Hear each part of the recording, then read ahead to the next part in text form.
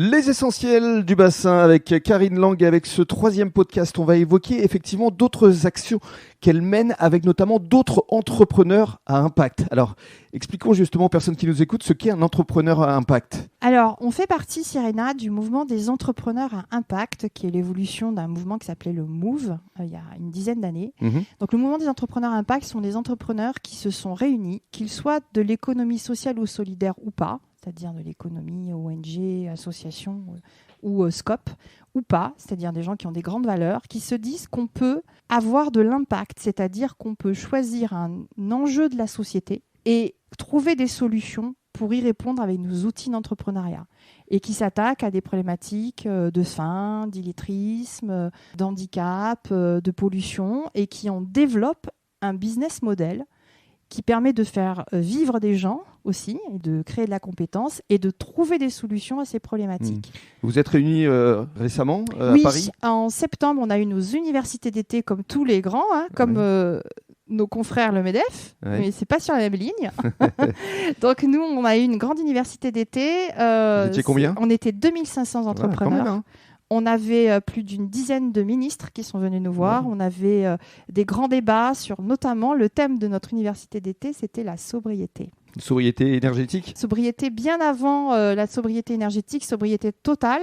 Il y a toujours un débat sur la décroissance, mais nous, on pense qu'on peut être sobre. On peut être sobre en énergie, sobre en ressources, sobre en stress, même au sein des équipes, pour pouvoir arriver à développer nos modèles. Votre avis justement sur la campagne de communication autour justement de l'énergie ? Alors, c'est important que l'État se mobilise sur ce sujet.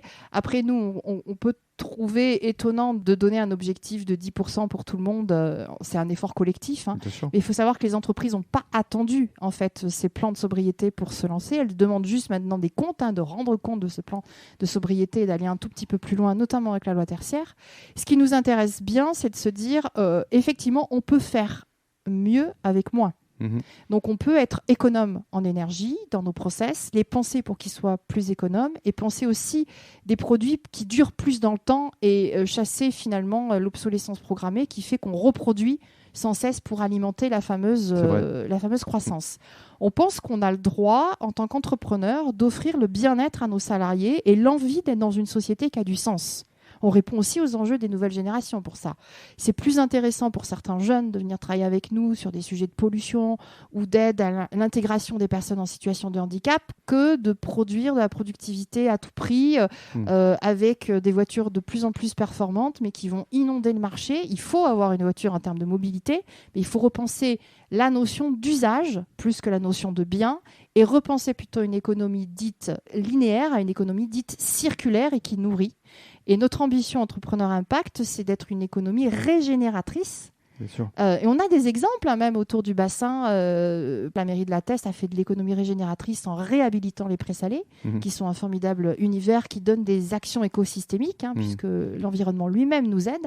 Et donc, il faut qu'on aide les entrepreneurs à devenir des entrepreneurs régénérateurs et pas destructeurs. Et justement, vous avez un partenariat avec Virgile Loga ? Oui, on est partenaire depuis plus de 10 ans avec l'entreprise Imarine. On est partenaire, associé, on a fait travailler l'entreprise pour nous, on travaille pour l'entreprise et on fait partie du même écosystème qui s'appelle l'écosystème Bionav, au centre duquel il y a une association qui fait la promotion à l'environnement et qui fait de l'éducation.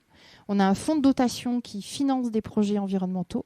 On a des structures, dont Sirena et Imarine, qui sont des structures économiques, qui, elles, agissent, Imarine, dans la transition finalement du nautisme pour qu'il soit plus durable et dans la recyclerie. Avec prochainement une recyclerie qui va ouvrir, Exactement. justement. Une recyclerie qui va ouvrir. Donc nous, c'est un acteur, c'est un de nos clients qu'on accompagne aussi dans sa propre démarche environnementale puisqu'il s'applique à lui-même. Ils vont se lancer dans la labellisation en vol, qui est une labellisation par étapes. Et donc, on les accompagne aussi en termes de lisibilité. Et puis, il expérimente beaucoup de low-tech, de petites façons de faire, de refiter finalement des bateaux. Et donc, nous, on s'en inspire bien évidemment en challengeant des grands groupes dans les bureaux d'études en disant si un petit chantier naval est capable de faire du low-tech, pourquoi vous qui avez plus de moyens, vous n'y arrivez pas. Pourquoi pas vous? Voilà. Pour conclure, vos ambitions, le futur, vous le voyez comment? Vos priorités? Les priorités au jour d'aujourd'hui, c'est d'arriver à mobiliser la filière maritime française qui commence à agir sur de la transformation et la transition. On est notamment aussi membre du conseil d'administration d'un projet qui s'appelle Esprit de Vélox, qui propose l'élaboration d'un bateau scientifique à zéro impact, qui est extrêmement innovant, qui est basé à La Rochelle et qui doit aussi permettre à des transpositions dans la marine marchande et à ouvrir des nouvelles voies de recherche. Donc nous, ce qu'on veut faire, c'est contribuer à notre juste place, à être un acteur finalement de cette transformation maritime et que la France prenne le lead. Elle ne l'a pas pris pour l'instant et elle est encore un peu timide. Qu'on mette finalement l'océan, puisque la France est un des pays qui a le plus grand nombre de kilomètres de côte, qu'on mette l'océan au cœur de notre moteur pour transformer notre société profondément et que les acteurs de la filière maritime se mobilisent, puisqu'on a la chance d'avoir le MSC, qui est un grand acteur du transport, qu'il se transforme, lui, s'il arrive à se transformer, lui, il transformera tout le commerce mondial et on sera beaucoup plus vertueux. Bravo, merci beaucoup.